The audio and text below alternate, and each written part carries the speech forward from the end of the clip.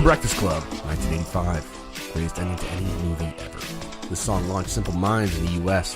It could have been a Billy Idol song, but he turned it down. Dummy. Perfectly sums up the movie. Equally beautiful and sad. Wow, amazing. Tell me, what does Judd Nelson eat for breakfast? Oh, well, like all misunderstood rebels, he feeds on hypocrisy. Oh, sure. And black coffee to help with his morning cheat codes. Okay, Aka bitches. It's January 17th, 2018. Welcome to a very pitch-perfect episode 159 of the Cheat Codes Podcast. Thank you for tuning in. We're happy you're listening. The next hour is us drinking a few beers and going over our favorite bits from the past week in video game, tech, and pop culture news.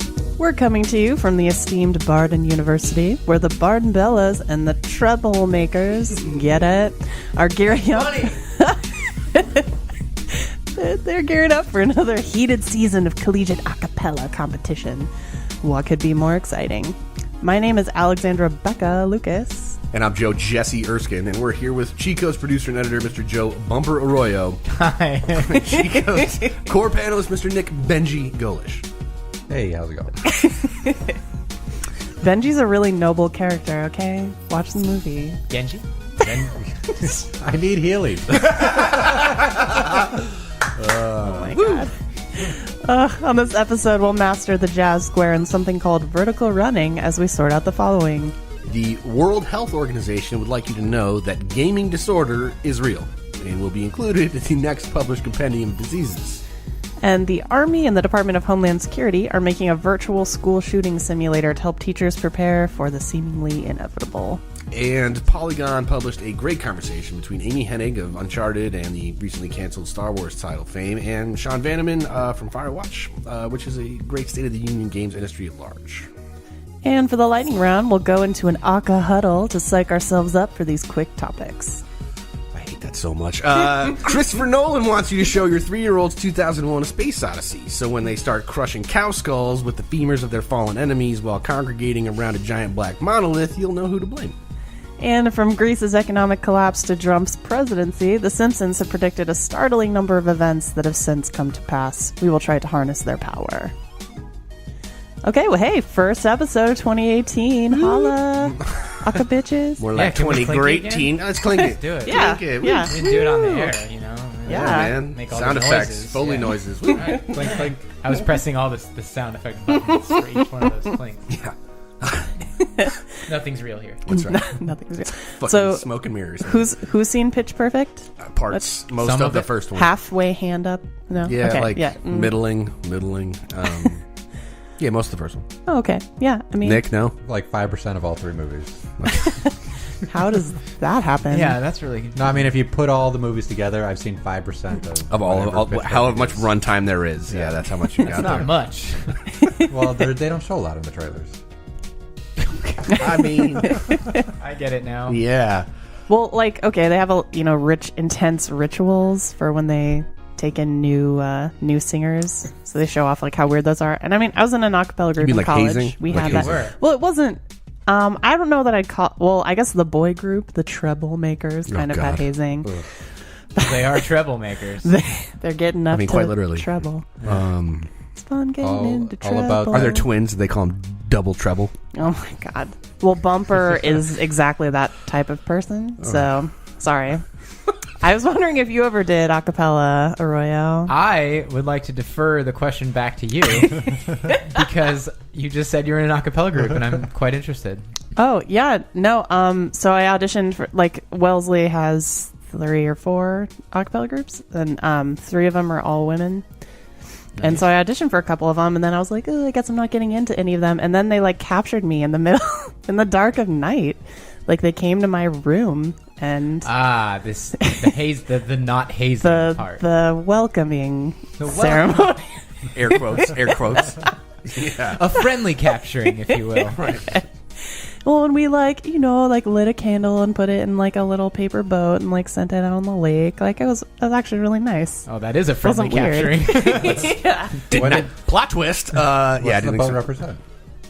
your future a cappella group career? What, going into know, Putting your- the lake, letting it go into the water? It's a Viking fucking funeral. Yeah. Did you shoot arrows and light it on fire? Say goodbye to all your free time, Aka bitches, basically. Wait, can I? So I Wait, answer the point of question. clarification though. You said there's 3 or 4 a cappella groups at Wellesley. 3 of them are all women. Wellesley's So an I think it's all-girl 4. school. If the 4th is male, how does that work? No, see, it's mixed. It's like half guys or people from MIT and then half. Oh, fair enough. I think it was MIT. Okay. So it was that. And one of the things in Pitch Perfect is like, oh, how can an all-female group like win? And part of it is because You for need a reasons. base. How Yes. can women do anything, really? Oh my god. Oh my god. Hashtag puke. And so missed you guys. This is the world we live in, all right? No, and then like in my experience, men are like super good at the beatboxing stuff. I mean, I knew women who were good too, but Except that's for Nick. like crazy. Like, so that absolutely helps, right? 'Cause you know Okay. instruments. So, Interesting. but no, we were the blue notes, the Blue Wellesley Notes? blue notes. Yeah, we did like blues and R&B stuff. Sorry, dude, what was your range? They had me on like bass stuff Right on. to start, and then I had a couple solos. On a few Holding down that songs. low end. Yeah. Rock and roll. I was always soprano. Always, oh yeah, hot. I think we've exhausted this banter. Yeah, I think we're good. I think let's go ahead and Yeah. not I talk was about. only in choirs, not acapella. I did choir as well. But I did do choir. Well, that is awesome, and I bet I don't know about you, but like every orchestra I was ever in, we always played like the jazzy version of Sleigh Ride. Like they're always in Barbersville, like always. They're like those Yeah. songs that you always do in every choir you're in, every band you're in. The Pretty Christmas much. show. Yeah. Yeah, You got to do the Christmas songs. Otherwise, no one likes you. Well, they're open. Well, it's weird having a Christmas show without Christmas songs. So I didn't say for the Christmas show. We did that shit in August. rebels. Christmas in Okay. July, bitches. All right, let's do it. Sorry, Aka bitches. Aka bitches. Aka pitches. Also, I think both variations. Well, what's her? I forget the woman's name, but there's an actress in both the Pitch Perfects who's like always the waspy blonde in like everything she's in. She's so good. Anna Gunn is her name. Yeah. When we're off air, I'll tell you a very crazy story. Was she not on the Ooh. third one either? Wait, Or- that is. I don't know if she's Oh, in yeah, the I've seen third it. one. Yeah. Nothing. It's fine. Oh It's my not god. Crazy. Some bar story? Titillating detail. Is it a bar story? No, it's actually has to do with my wife Oh. and some friends of hers. This is getting far enough that I want to hear it. That I'm willing to reserve the time. Well, I mean, look, my Did they meet her? Should I don't we want to guess? speak out of turn, and it's probably somebody else's story to tell. But my wife told me this story, so I feel like whatever. The point is that a friend of hers, who's an actor, was married to Anna for a while, Oh. and so they had hung out a couple times. There were some unflattering things said about Ms. Gunn on behalf of my wife and her then husband. So Okay, That's, yeah. well, leave I it mean, at that. that's true of like if there's a celebrity you love, they're probably terrible, like a terrible person, right? I mean, Like Nathan Fillion, I've heard is not. not great. You think he's great? Yeah. I've heard the projects- opposite. He Well- projects this greatness, like I'm a nice guy kind of thing. I don't want to like speak totally terribly about it, but my boyfriend used to do like, convention stuff with like Will Wheaton and people that he that hangs you would out find with. celebrities that you would appropriately be at said conventions. Yeah, okay. yeah. And so is that's Those his people very are cynical never take in a on good that. mood, though, to be at those conventions. Oh, though. They've been doing yeah. those. That can be kind of a slog, right? Yeah. I mean, I don't know. imagine, but yeah, Yeah. okay. Yeah. So That's all. It I don't takes, know. right? That's Just like a one pretty shitty cynical story view about of the somebody who's world. probably perfectly delightful, and that's how it starts. It's like They're the fucking 100th time assholes. someone walks up to you and is like, "By Grabthar's hammer." oh my god. Like, you're pretty much gonna be. Yeah. Yeah, I would In a say bad like I don't know. Anytime they're interacting with a normie, it's hard to guess if that's like a normal interaction. We normies. All right, so we'll talk about how we're staying hydrated on this episode. Or not hydrated, depending on how you're looking at it. But I can't speak for collegiate a cappella stars, but I can speak for us as podcasters. We enjoy beer. We enjoy it a lot. We also enjoy podcasting. Imagine that. Why not combine the two? Two great tastes that taste great together. It's our little umami flavor bomb. We're enjoying some Phaser Hazy Seasonal IPAs from the folks at Ecliptic Brewing in not in Portland. I'm not sure where Ecliptic is from, but I can find out right now because the can's right in front of me. This is awkward now because it's taking too long. It is actually Portland, Oregon. That's nice. Nailed it. I'd give it a B sharp. Great. In theme, A+. Love it. Simpsons reference. Yeah, I the mean, B sharps. And if you leave acapella it out group. too long, it becomes B flat, right? You don't even plan these either. These just come out of you. I want to kiss you on the mouth right now. The moment in the show was we want something that's funny and then is less funny the more times you think about it. And B sharp is perfect. The more we congratulate ourselves, the less funny it gets. Yeah, let's go ahead and move on. Acapallers. I think that's the last one. So, It's not. Spoiler alert. all right, find your pitches and let's go. All right. Number one.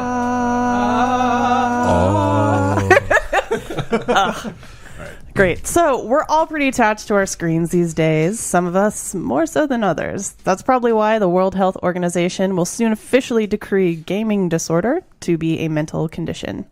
So according to Lulu Chang at Digital Trends, gaming disorder is characterized by, quote, a pattern of persistent or recurrent gaming behavior, prioritizing video games over other life interests and daily activities, and significant impairment in personal, educational, occupational, or other important areas of functioning, end quote. So, an addiction then. We've talked previously about gaming addiction rehab centers in China, but it's significant that gaming disorder is getting widespread recognition in the upcoming 11th update of the International Classification of Diseases. The ICD-11 sets the international standard for health, so now doctors can actually issue this diagnosis, and insurance companies could cover it, if they cover mental health at all, which, sigh, go America. Single pair. And yeah, we could talk about that for a while, but it has not been recognized yet in the American Psychiatric Association's DSM-5, although the DSM-5 does note that internet gaming disorder is a potential issue that we should kind of look out for future inclusion. So I'm anxious to hear everyone's thoughts, especially since we talked about the rehab centers in China. This is making me think about some reports I've been reading about how the iGen or Gen Zers are starting to be really isolated and kind of lacking social skills and things because of screens, video gaming or not, and then the loot box gambling stuff. So I don't want to lead us in too many different directions, but what are our thoughts about this being an official disorder? I do everything in moderation. Next topic. I've been really vocal, actually, in previous episodes about my thoughts and belief in the fact that gaming as an addiction is not a thing. I mean, if the World Health Organization says it is, then I guess I have to kind of get on board. So, sorry, but... Sorry to who? To anyone that believed me when I said it To wasn't, believe you. I guess. Do you believe that it is, though? Like now? Like after some organization... Look, I'm not like petty enough to think that like, no, fuck that, I'm right and they're wrong. Blah, blah, blah. No, You know what I mean? I'm not But, getting like, at that. I'm just saying, like, are people's opinions going to change because this... I am willing to listen to further dialogue around this subject. I think addiction is a real thing. Do I think games fall into that? It's possible. I definitely think. I mean, the it falls into dopamine that. thing is, yeah, sure. So yeah, this is the issue I have, I guess, supposedly, is it's not necessarily video games itself that are addictive. I don't think that that's a concept. So it gets weird when you start saying, oh, you're categorizing like this event versus this one versus this is not or is an addiction. But at the end of the day, an addiction comes from like usually a chemical addiction, and a mental addiction is a chemical addiction because it's the release of certain types of chemicals or hormones in your body that make you feel some euphoria, or they increase your heart rate, they whatever, and you get addicted to that feeling. So I 100% agree that you can be addicted to that feeling. Well, yeah, that's why I bring up the loot box stuff, because it's like, is it gambling? Is it not? But whether it is, like, you do get a hit of dopamine, like when you do get something awesome, some by adrenaline chance. when you hit the button, and then some dopamine if you get your success, and like all this. Have you opened a loot box? Do you even know? Y'all got any more of them loot boxes? Yeah, Joe and I have like 100 each, just like. And we don't open them because we exercise edging? Is that like edging in Overwatch? No, edging is press open loot box and then Alt F4. Close the game before it opens. The animation plays. Yeah, and then you just do that again all night. Wow, we're 15 minutes in. Okay. I call it the sting method. It's good to be back, everybody. All right. There's a fantastic book I recommend everyone read called The Power of Habit. And if you want to just generalize every addiction that we're saying is a concrete thing down to the concept of just habitual tendencies and the reward portions of our brain and how they function, they'll get down to that, because I think essentially the video game addiction and the loot box addiction or addiction and stuff like that all just fall into that same sort of category of the reward system that our brains trigger. In fact, it gets to the point where they did a lot of studies with rats related to like putting something that they can eat like a reward, but it was on like a pedestal that would shock them or whatever. So they'd go and they'd eat, and they'd get shocked, and then they'd get their reward, but they'd also get something negative, reinforcement or whatever. Now, if they took away the shock, they'd want that reward every single time, but then they put it back, and they actually wouldn't learn that it was bad, because before they even get to the food, they've already actually triggered the reward before you get the reward. So the feeling you get from opening a loot box that's full of garbage is the same feeling beforehand, before you actually see what's in it, as opening it and getting everything you ever wanted. Interesting. That's where the addiction comes from. I'm not going to say that sounds like So it sounds addiction. more like we're edging our loot boxes than anything else. Oh, hi. Okay. Show with those Foley effects. We already know we're getting the reward, and you have like 150 rewards saved up, and I got like 79 rewards saved up. So like if we just keep saving up rewards, we keep getting the benefit without the letdown of opening loot boxes. That is an interesting take on it, isn't it? It certainly is. The logic is sound, and I get it. And so I guess part of me is kind of like I am still interested in further dialogue before. Well, are we to the point where? I mean, I'm not going to ignore the fact that it probably is. Are we to the point where like I just think it's really parents are going to send their kids to psychologists, and they're going to say your kid has a credible video game addiction, and they're going to start handing out prescriptions for it or something. Well, that's what I'm a little concerned about, is that like now when does the profiteering come in? Because part of this problem is profiteering, where games are literally designed to feed on this kind of cycle that you're talking about. You know what I mean? Like we want them to keep playing the game. I mean, I get that. You want to. We create mechanics to make our game want to play it. I think there's a difference, though, between an engaging loop and something that is predatory, if that makes sense. Right. Like, when are we going to see the EA Recovery Center? I don't think they have to be predatory to be addicting. And you got to pay $99 a day to get to the next day. 28 days. But that's almost a different time. I don't, like I just said, I don't feel like they have to be predatory to be addicting. No, they don't. Yeah, I think we're talking about a demographic of people that are susceptible. You know what I mean? Some have better willpower than others. Some have chemical deficiencies, or like they don't have control over it. You know what I mean? And it's like any other fucking addiction. It's a sickness, and that's probably why it's better that at least organizations like the WHO are recognizing it appropriately. And so I need to shut up probably and just kind of it's a thing. I'm just trying to own it. You know what I mean? Because I have been very vocal about how I do not think it was. You know what I mean? But I don't know. Like, maybe I'm wrong, for Christ's sake, you know? So. Well, like, do you think it's useful to make it its own category of addiction? Like, is there a broader... maybe eventually, as more research comes out and more data is collected, perhaps. For now, though, I think it can probably fit under this umbrella. You know what I mean? I think it's like what you're saying is like it should be like, okay, it's one of those addictions that the brain creates its own dopamine for or something. Like the way Joe explained it made me think about like, okay, so the types of addiction are the ones that I consume some kind of chemical and makes my body dependent on the chemical, and the one that my body creates the chemical and my body becomes dependent on the chemical in a way. And that's usually, I think, the basis for addiction in a way. Mm-hmm. Usually dopamine or some other kind of substance. and video games fall under that dopamine one or something. So this is that really a category? No, so it shouldn't be.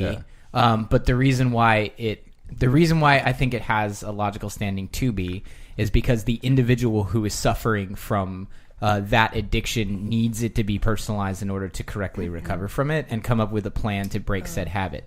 So if someone just told you, so they're like, oh, every day I play video games and my whole life is get torn down, and they're like, okay, well, you're addicted to dopamine, and so are these like 100 other people. There's no program you can go to with like-minded individuals because that comes from you get dopamine from this, I get dopamine from that, and whatever. So I love the idea of it like being able to be centrally located onto something specific so that individuals can recover. But the problem is we live in a very profiteering society. Western medicine gets involved, and they come in and just make money off of that specific issue you have, quote unquote. And so if the goal is to actually help someone recover, then it's great to further make it specific. Yeah, to identify it as video games are giving you that dopamine. Yeah, or something. Because the individual suffering from it has trouble recovering if they can't really latch onto something specific. So about we just problem. created some kind of pill that like stopped people from experiencing dopamine, or at least the different proposition. Like, is that a solution to video game addiction? I can't imagine like a medication fixing it. Oh, I mean, like, sure. Side effects include, explosive diarrhea. It's behavior modification. I kind of agree with you in the sense that I think this is more like a therapy-based thing. Yeah. Like, but God, who knows? Challenge accepted, Pfizer. Let's go. You know what I mean? I'm sure they can come up with a pill that they'll charge, the exorbitant amount of money for that no insurance will cover, and then we have to, sneak it across the Canadian border. That's the other thing that makes it tough when you start to have to tack on these. Is this specific addiction versus the other one? I mean, if we're clear that scientifically it's an addiction no matter what, but now we have to deal with like insurance says this is and this isn't, and this is and this isn't, and fuck. Yeah, well, I just want my medication. Insurance also says build in flood zone, so Thanks. God. Well. It's pretty to wrap that up pretty much like Nick said at the beginning, moderation. If you're doing something that's like affecting your life in a terrible way, look at yourself. Chill out. And then make a change.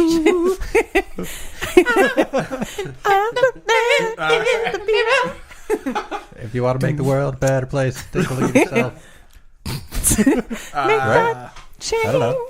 Is that how it? No. It's probably the best Michael Jackson song. Okay.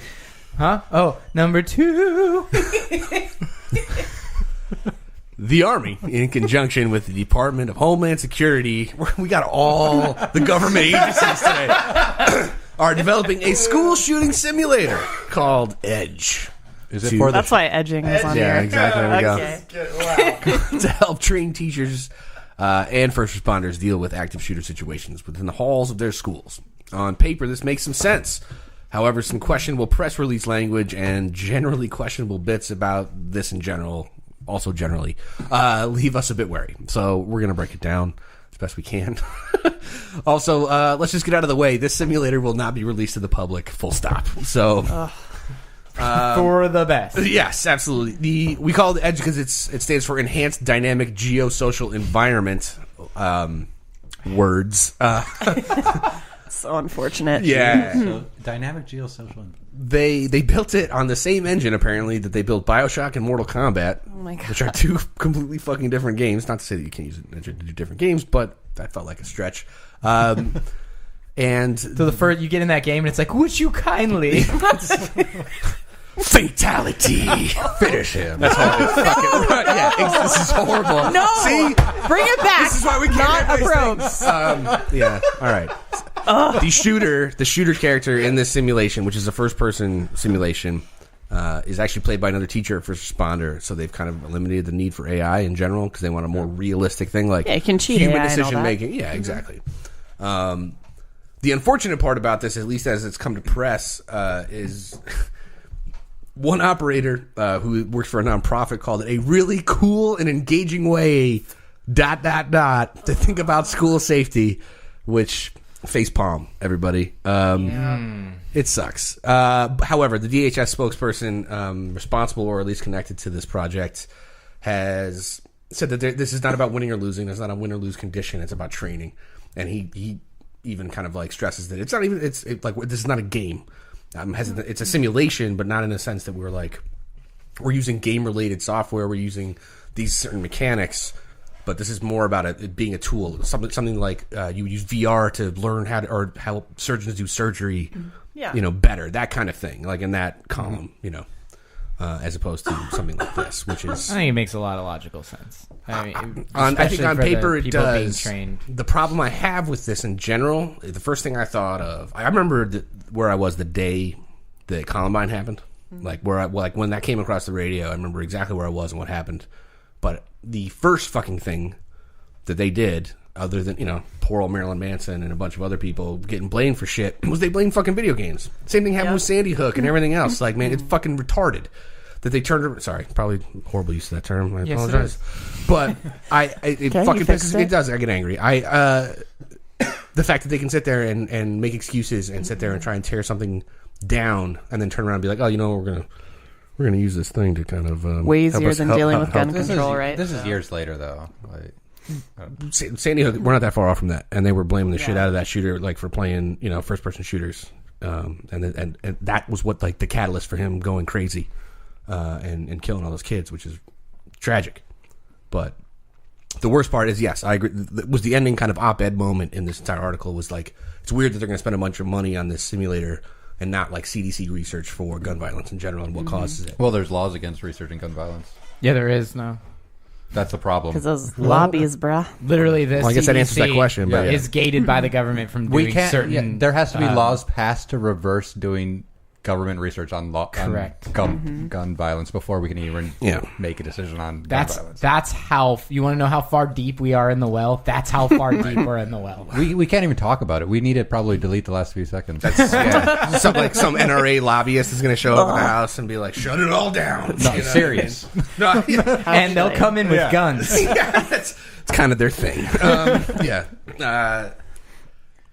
There's probably some good that can come out of this kind of thing, but I feel like statements like it's a really cool and engaging way to do this not the way that you market something like this. You know what I mean? Or you just kind of bring it into the public knowledge at all. So. Anyone else find it ironic that government program for helping you learn about stopping school shootings, which are created and exacerbated by video games, is done using the technology of video games. That's exactly my point, though. That's are you guys serious? I don't think that's a good point. I think we're using the new technology available that is readily and cheaper to teach people. Yeah, and I think the people in this project understand that. I just think it's the people who blame the video games are now going to utilize this tool and be like, games are still bad, by the way. That's right. I mean, I live in kind of a bubble, but I haven't heard much about the whole video games are bad causing gun violence. We're at the point where we're not even... That's conservative. Circles, we grew up with that, but this year, all that's been on the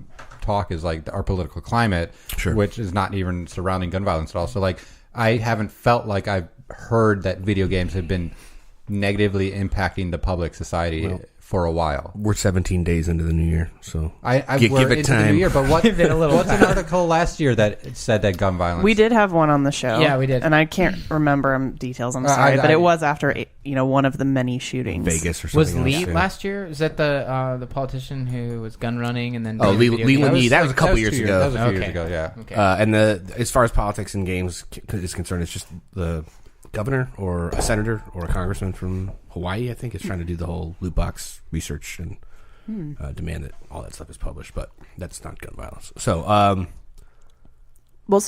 maybe they were open to it because the military has been using sims like this for a while now, for a minute now. Yeah, Army did a bunch of marketing about recruiting. The Army, the Army did a bunch of marketing and recruiting based on a. Was that the Army's acapella group? Was it the? They made a game. I hate myself. Okay, I'm so sorry.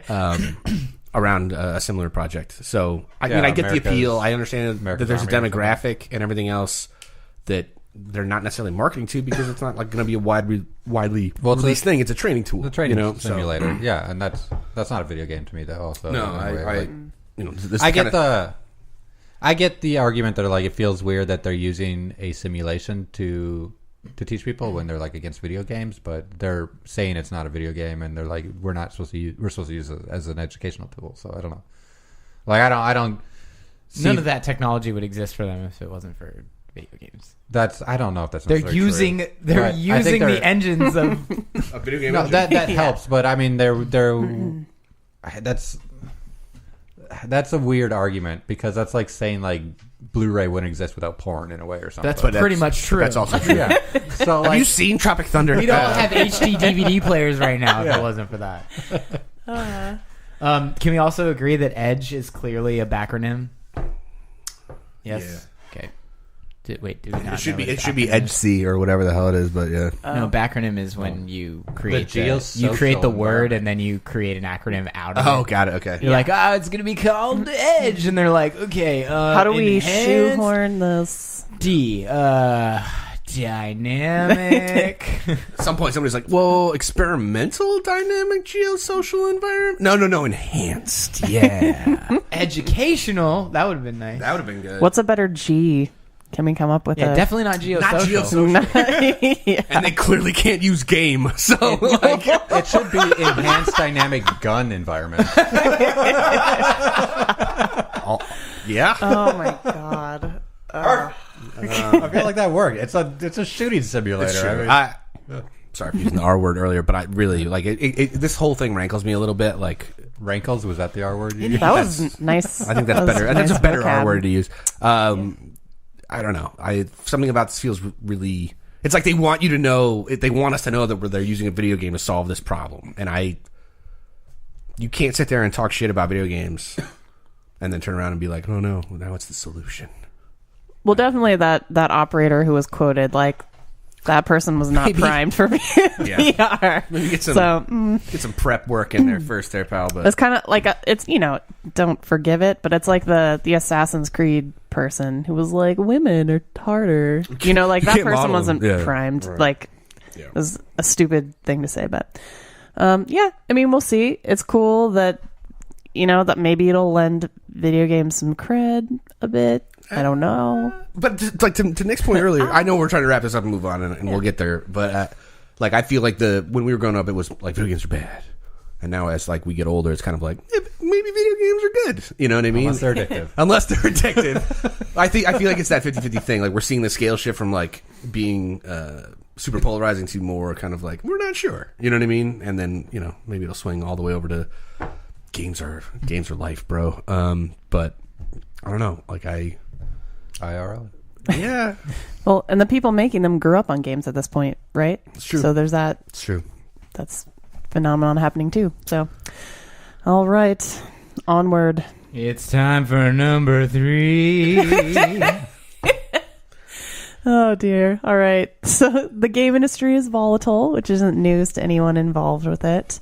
As a DigiPen instructor once told me about studio closures and dev downsizing, it's not a matter of if, but a matter of when.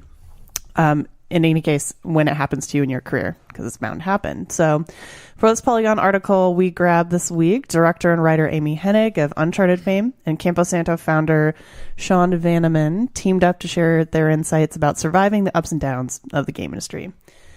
A couple examples are they talk about how trailers are really just setting the tone for development as animatics of your intentions. So usually they were saying a lot of it isn't even in the game ever. Also, Hennig opens up about working with an 80-person team at the now closed Visceral Games on a canceled single-player Star Wars game. So, quote there about a team being really big and the expectations being really high. Quote, you spend so much of your time just trying to fight the technology as opposed to solving your core design problems, end quote. And Vanaman is really transparent about the months-long scope issues he's had with the upcoming game in the Valley of Gods.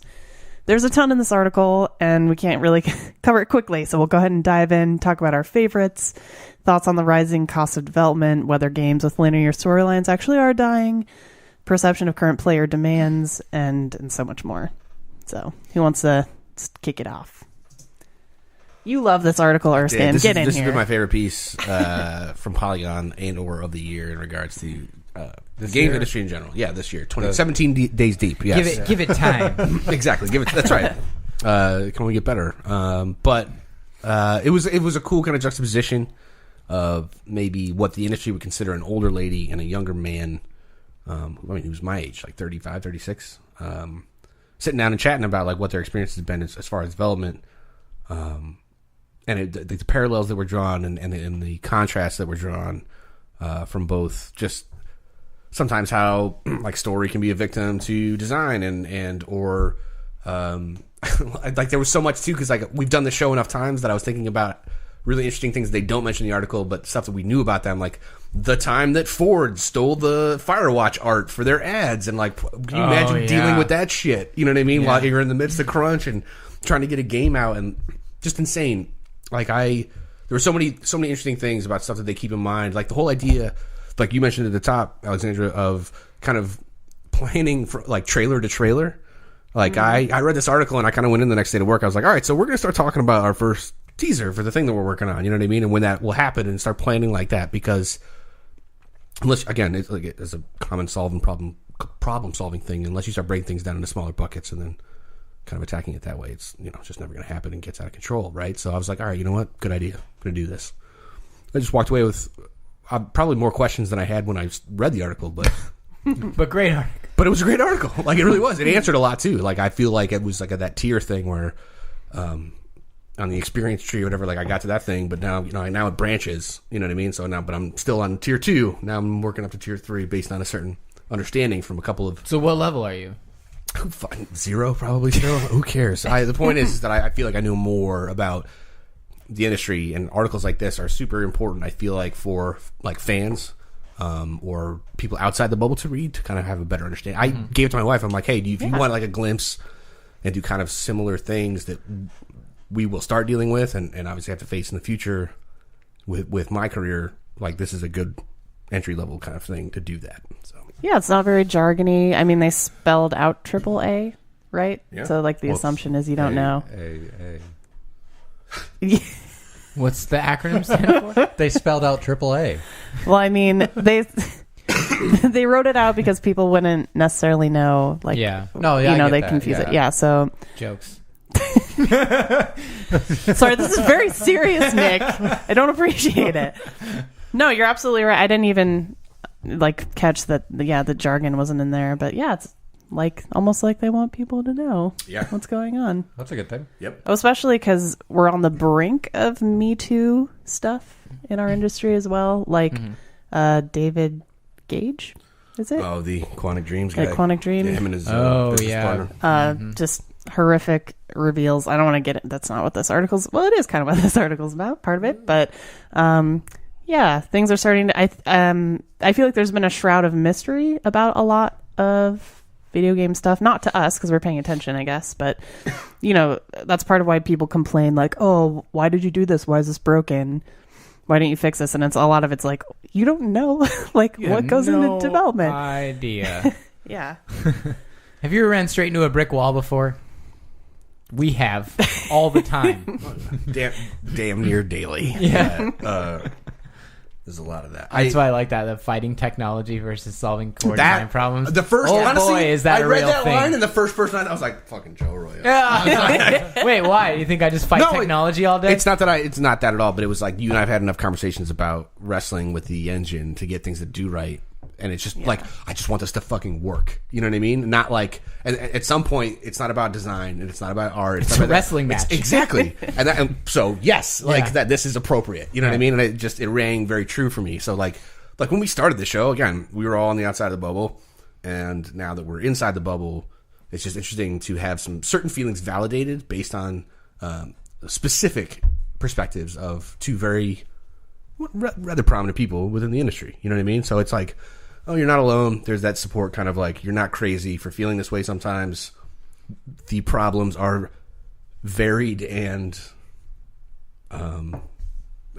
numerous and, on many levels, but at the same time, like, there's these really cool things that happen. Like, you sell a couple million copies, and that whole thing, the numbers they started laying down about like how many copies of certain games on certain levels that you had to sell to even be profitable, I was just like, holy shit. I chewed my nails already. I think I was fucking down to the nubs by the end of it. You know what I mean? But Jesus, just insane. I feel like an analogy for game development for me, because we just built 2 of them, is it's like building a Lego set, but you don't get any instructions, you don't have the right pieces, and there's someone over your shoulder watching everything you do.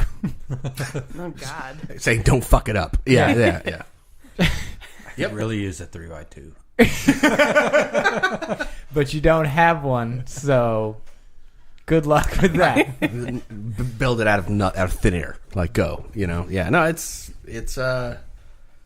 I'm worried that we're giving this much more of like a negative connotation than it should. No. But if you love to create, like if you're that type of person who would sit at a table and like draw or do anything like creative, like the game industry is literally a place where dreams come true. But people just need to understand that like in our industry there are a set of constraints and there are many of them.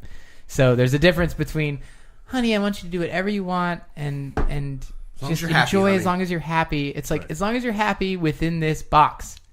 And if you can do that, then you can get the best of both worlds, which is like a professional job and be able to flex your creative muscles and have fun. It's true. And it's live in that box, but think outside it. Yes. But don't fucking go outside. Right. You stay here. Don't move. So it's like the Room. Yes. It's like Room. Oh, hi, Mark. Well, it's significant that someone who's really successful. Hennig like talks about something that failed, and it's not like not really putting blame anywhere. Just like, hey, this is a thing that happens. Yeah, she may have been super diplomatic about it too, but I did not catch a whiff of resentment in her responses when she talks about it. It felt honest. It felt very objective and just kind of like loose. Yeah. It's like, this is the reality of the industry. Yeah, and I super appreciated that. You will too. That's... Yep. And and they're both writers to an extent, or that's part of what they do. And I think it's also important to set that, like, I don't know. I've known people who've like worked at Blizzard for multiple decades who are programmers, but once you get into the traditionally creative tasks, the people I know who have had like the steadiest life doing that are freelancers. Like they just started their own LLC and they do that instead of then I know people who jump from job to job. It's like my contract was for 1.5 years or my contract was for 3 years and then move across the country to the next thing.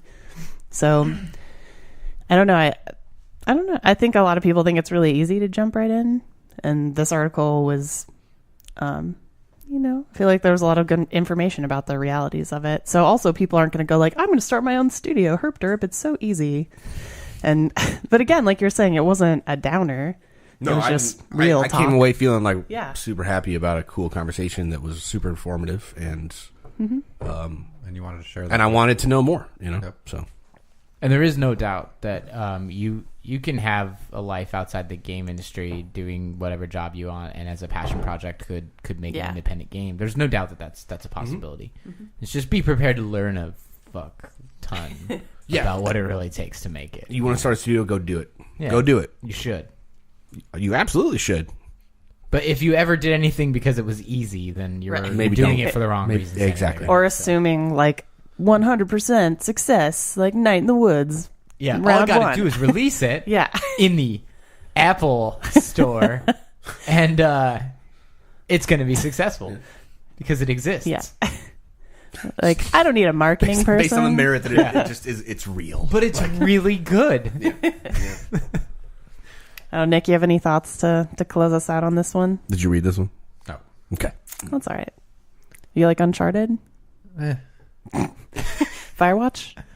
Yeah, it was fun.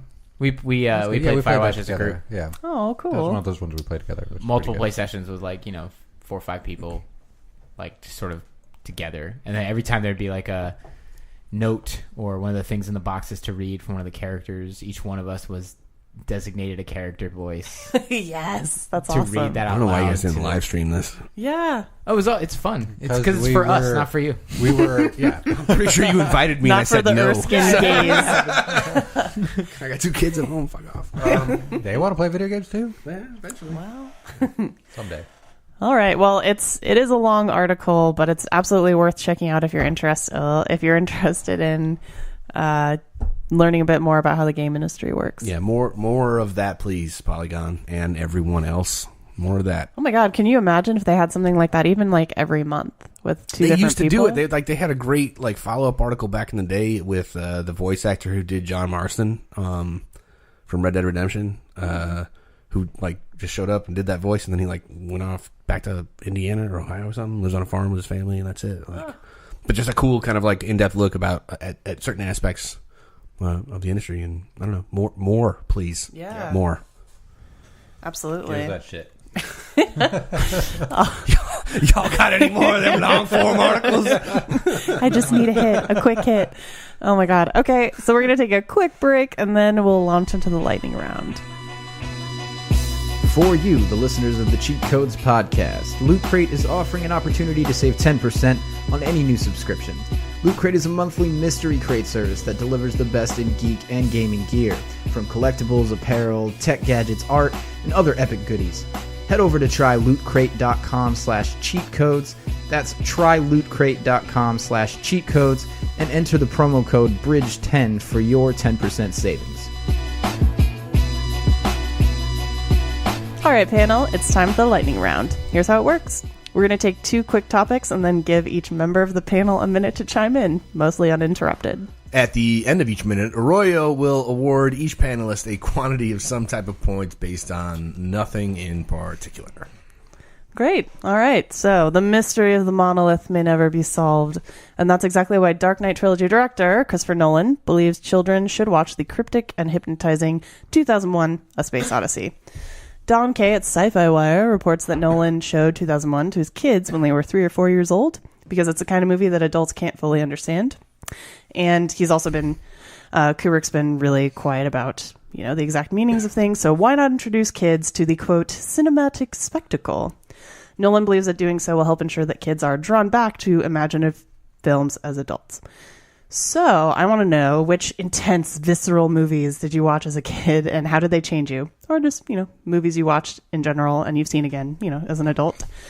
And does showing a kid Kubrick prevent them from genuinely loving, say, the Transformer movies? The first Transformer movie is good, just so everybody knows. The Shia LaBeouf one or the animated one? The animated one is great. Fucking amazing. Save it for your minute, people. Nick's gonna go. Right. The first Transformer movie is pretty decent. It has a beginning, a middle, and an end, which makes it the best of the Transformer movies. Wow.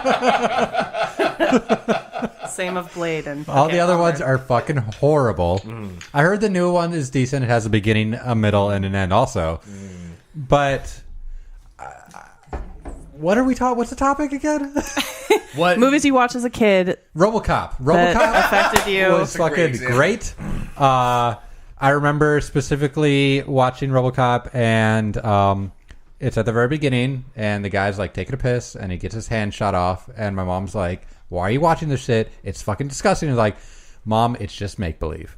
Don't worry about it." Nice. I was like 4 at this time when I had this conversation with her. And Alien was also a big one because that one made me afraid of everything. Yes. Yeah. Especially the stuff you can't see. And Critters. Critters was a fucking fantastic movie. We called them Rolly Monsters. Because they roll around and bite you in the fucking throat and throw some shit at you. Fucking... Leonardo DiCaprio's in the third one. All right. Cut your minute off. All right. I would like to award you 1 wall to keep the aliens out. They mostly come at night. We don't know who's going to pay for it yet. They will, obviously. That's how it works. The Predators or the aliens? The Predators don't even exist in those. Okay, all right. It happens in like late 90s. Who's ready? Who's next? I'll go because I probably won't pull up a whole minute. Okay. I'm gonna. Yeah, I shouldn't do this. So for some stupid reason, the only memory I have as a kid of watching a movie like I shouldn't have or whatever was Showgirls. Super young. Is that Demi? And the worst part, no, that's striptease. Excuse me. Which I don't know. It's the girl from Saved I've by never the heard of so that movie. at the time I was watching Saved by the Bell. It's like right around the time. So I was like, Jesse, what are you doing in this movie? No. And this was also the time of rear projectors. So I saw Jesse from the wrong angle towards the TV. So it was, it was kind of dark. And it was a not the right different pixel, angle but- from the... No. All I know is disturbed me and traumatized me. I didn't really understand sex or any of that. And suddenly it's just like, Jessie from Saved by the Bell showing her boobs in random scenes. And That's what happens when you take too many fucking diet pills to stay up studying for finals in high school. It's what happens when you have a cousin with HBO and you're way too young. Innocence lost. Oh my god. I don't have a good point to add in regards to the real topic. It's your minute, baby. I gave you the first memory I had. Yeah. I was thinking of Starship. Not if it's my turn again, but Starship Troopers and the part where. Oh, go ahead. I'll have better memories next time. Who's the girl in Starship Troopers that plays Dizzy? I don't remember. Is it the same girl? No. I know who you're talking about, and I can't remember the name. I remember they that had as that kid. like closely cropped curly hair. Yeah. Not closely cropped, but like very. It's tight your curls. turn. Lightning round. Ready to go. No, Wait, no, points. It's my point. Oh. Yeah. Points. What do I get? Well, like a Saved by the Bell alarm clock with Jessie on it, with like a shrug. Is that so I Sorry. can get up in time to see the bus fly by? It's all right. I want to award you one Bayside Tigers hoodie because I've always wanted I one. was thinking of the Jesse's Girl song. Jesse's girl. I wish that I was Jesse's girl. That just reminds me of the Coke scene from fucking Boogie Nights. Whenever shit goes bad. Yeah. Anyway, all right. Do you want? Please. Oh, Please. well, all right. Okay. So, my parents, we watched like a lot of Hitchcock. That happened a lot. And Clockwork Orange, for some reason, was in there, which is like, what the fuck? That's not a good kids movie. No, it is not. But I mean, I don't like watching Hitchcock later. It's like we watched To Catch a Thief over the holidays, and I like caught all these things that I didn't before. They're really subtle, and back when movies were good. And so I think watching certain things as a kid and then again as an adult kind of teaches you about like nuance and appealing to multiple audiences, and also giving kids credit. Like kids movies drastically changed like post Shrek, I would say. Just as far as like what kids can take, and also slipping in little jokes for adults and stuff. I've also like read some studies about how music you listen to around age 13 or 14 can basically determines your taste from then on. So like that's Alanis Morissette for me, so I'm like always chasing the Alanis high like forever. But imagine if like and like Backstreet Boys and stuff, so I'm always gonna sorry I took that from you. So it's always gonna I was gonna say there's a jagged little pill in there somewhere, but oh my god, so good. But last thing I was gonna say is in the spirit of naming a movie. So when I was 2 and my mom was in the hospital giving birth to my brother, the thing I wanted to watch on repeat was Sleeping Beauty. So I guess for like 2 days, and he was an elephant baby, so he took like forever to get out of my mom. But like, yeah, so it was just Sleeping Beauty nonstop. But I think there's something to be said about that. Like, I love the songs, and I'm just 2, but like those songs have endured for centuries at this point, right? Since they're from an opera. And I wasn't thinking about like as an adult, how we analyze like fairy tales and things. It's like very different. So I don't know. I think that's almost how you can tell that a movie is really good or a piece of art is really good, if like kids can enjoy it for certain reasons, and then you can also go back and as an adult, and I'm done. Hook. Yes. Hook. Hook is the prime Hook is example that fantastic. I give for that kind of situation where like you loved it as a fucking kid, and as an adult you're laughing at that fucking gynecologist joke. So it's like it's perfect. Or any episode of Sesame Street. Or Yeah. recognizing Yeah. Phil Collins as the detective in the opening sequence. Yeah. Or the TV show Arthur. Golden. That's not even a joke. Like, I legit watch Arthur and have seen it many Arthur's times. a good one. over the Toy years. Story. Yep. I was actually going to say, I was actually going would- to ask you about that. Like your Shrek reference. Did Toy Story come first, or did Shrek come first? Toy Story, I'm pretty sure. I feel like That feels that right. was the paradigm shift for me. I think Shrek is very closely tied to that, but yeah, I think Toy Toy Story Story was is like one that shifted it for me. 1999 or 1996 even or something. It was one of those early years. Shrek is where I notice like adult jokes. Yeah. Like a lot of them. So whereas Toy Story really, has a few, I'm sure. You were the paradigm shift all along. I would like to, in the spirit of Hitchcock, I'd like to award you 10 or 12 Zollies. And if you don't know what they are, then you don't Look watch it up. Hitchcock. That's right. I'd like to give you 2 pits and 1 pendulum. No, that's a ground.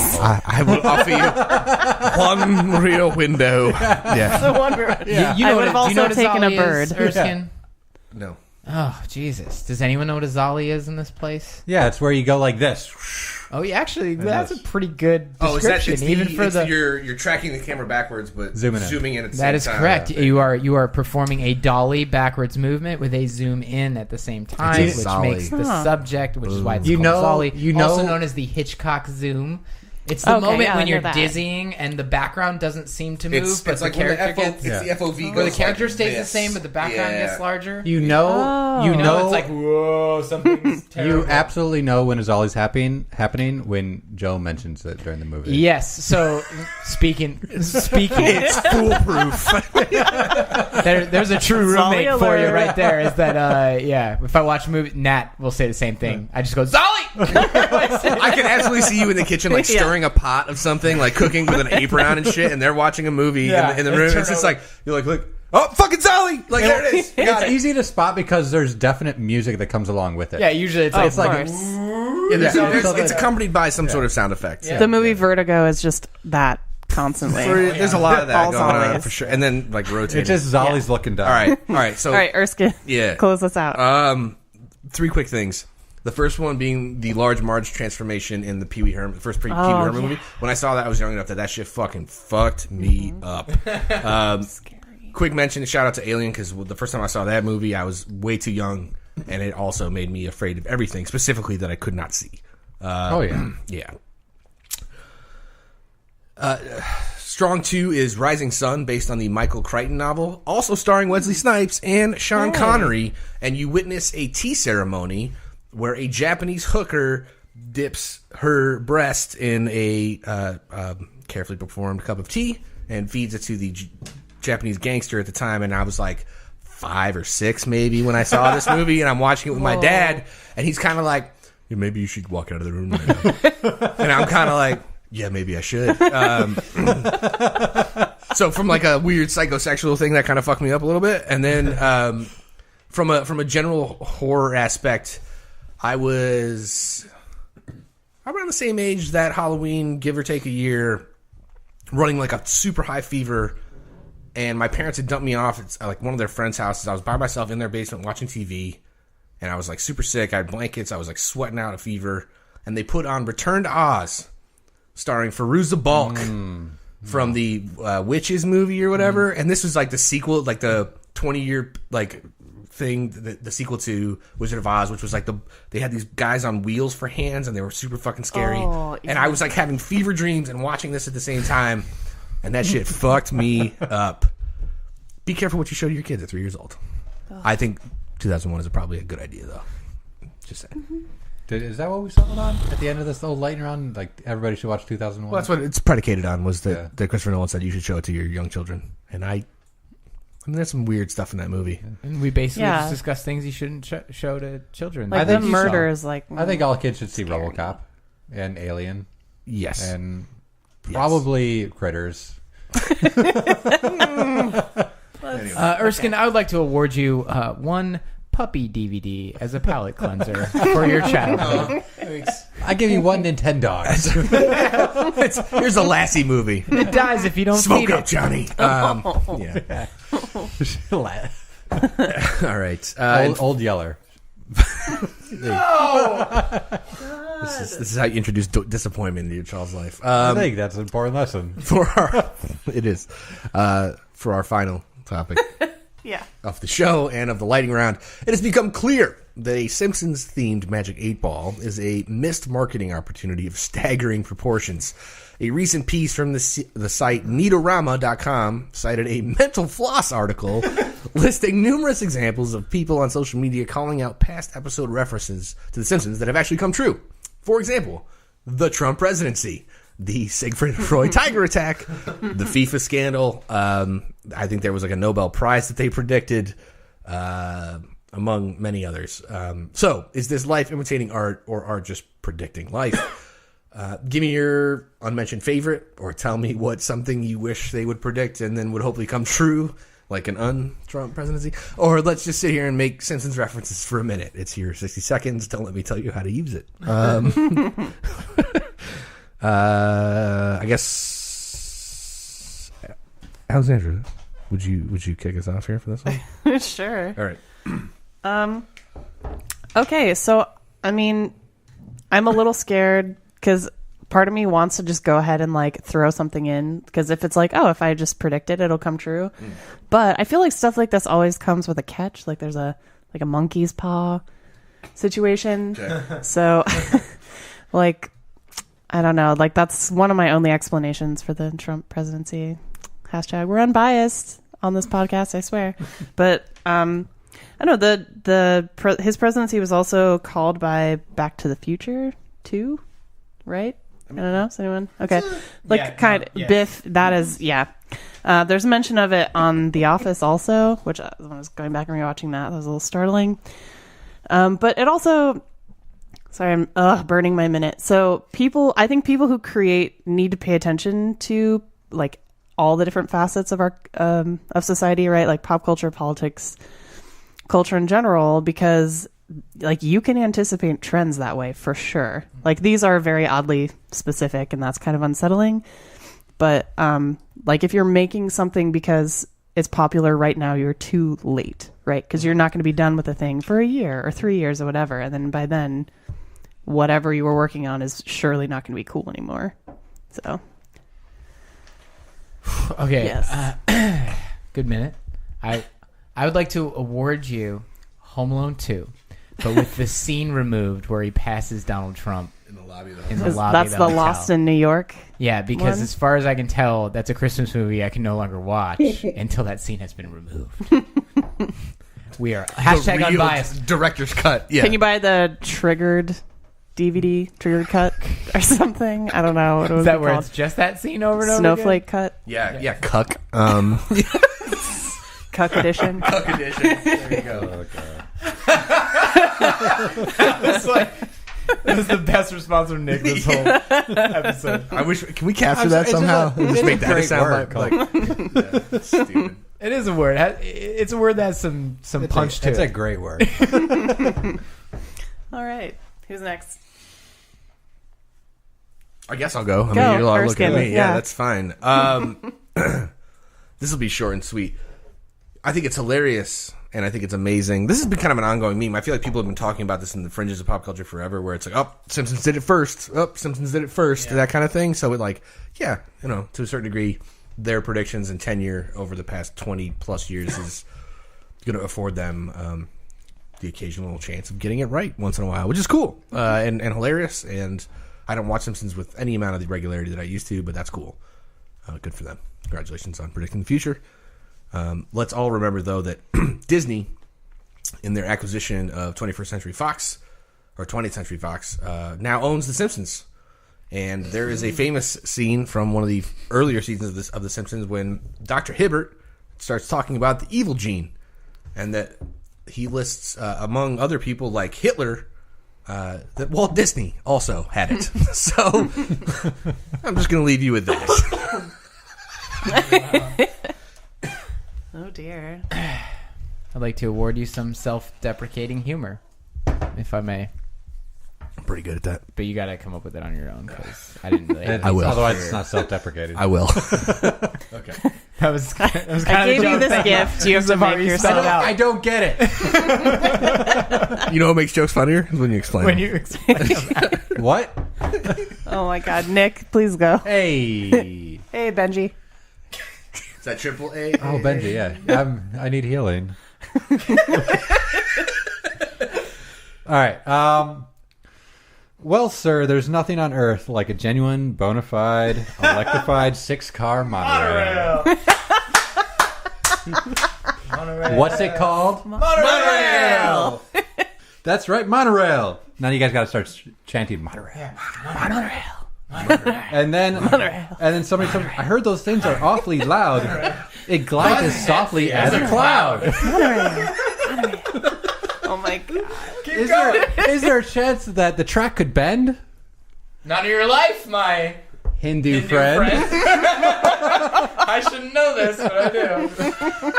What about us brain dead slobs? You'll be given cushy jobs. Were you sent here by the devil?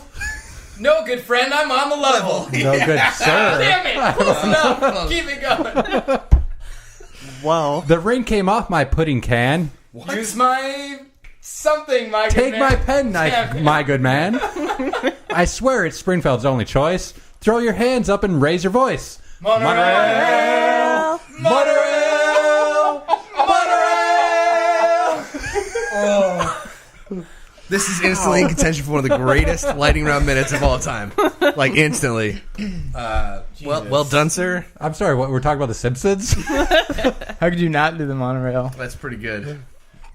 Pretty fucking good. Are you going to award some points here? I don't need any points. Yeah. Fuck you and your points. I just won the lightning round. I'd like to award him an electrified bona fide monorail. There you go. Okay. Good stuff. Jeez. A box of Mr. Sparkle. Oh. Mr. Sparkle. For another time. Later. I don't even know if I want my I love you, Super Nintendo Chalmers. The Aurora Borealis in your own kitchen. Okay, this if is anything, I think we can agree The Simpsons did it first. Like, I mean, that's what this whole Simpsons did topic's it. about. Like, The Simpsons did it first. The Simpsons did the Disney. They did This the is Fox. absolutely a play on that. They did that first. Agreed. all right. Take us home. I don't know if I need one. I mean, otherwise, I'm just gonna sing "See My Best." That's End it after that. That's a tough minute to follow. I gotta Don't do it. My best. We're good. See my best. Made from real gorillas, Jess. That's my minute. I award you a vest. Made See this gorilla. sweater? There's no better than authentic Irish setter. Oh, Grizzly bear underwear. For the audience listening at home, this is genuinely one of those, like, my face hurts from smiling and laughing so much right now. Oh, God. It's Nick won the show. You won the episode. You win an episode. Oh, no, because we got some Aka jokes coming up. They're in the movie, okay? All right. Excuse me? I guess that means episode 159 is over. And thank you, listener, for reveling in the magical world of collegiate acapella with us for an hour. Please hit us up at cheatcodespodcast.com on Facebook and on Twitter and get in on the conversation. If you tweet at us, we'll probably tweet back at you. Also, be sure to check out our Patreon page. So, funny enough, Nintendo released Nintendo Labo, and we did it first. That's all I'm saying. We are the Simpsons in this script. You can become a patron for as little as $2 a month. Thanks to everyone who jumped on board so far. I think it's actually down to $1 now, isn't it? Didn't we? Yeah, you can do it with $1. Yeah. Get in on it. 100 pennies will get you in. 0.00001 bitcoins. Disclaimer, not necessarily accurate reference. Definitely not. We'll see you next week. All right, so until next time, here are some inspiring words of wisdom from Fat Amy. Even though some of you are pretty thin, you all have fat hearts, and that's what matters. It's true. It's what acapella is all about. I'm pretty sure that's what Trump's physician told him yesterday. All right. We're unbiased.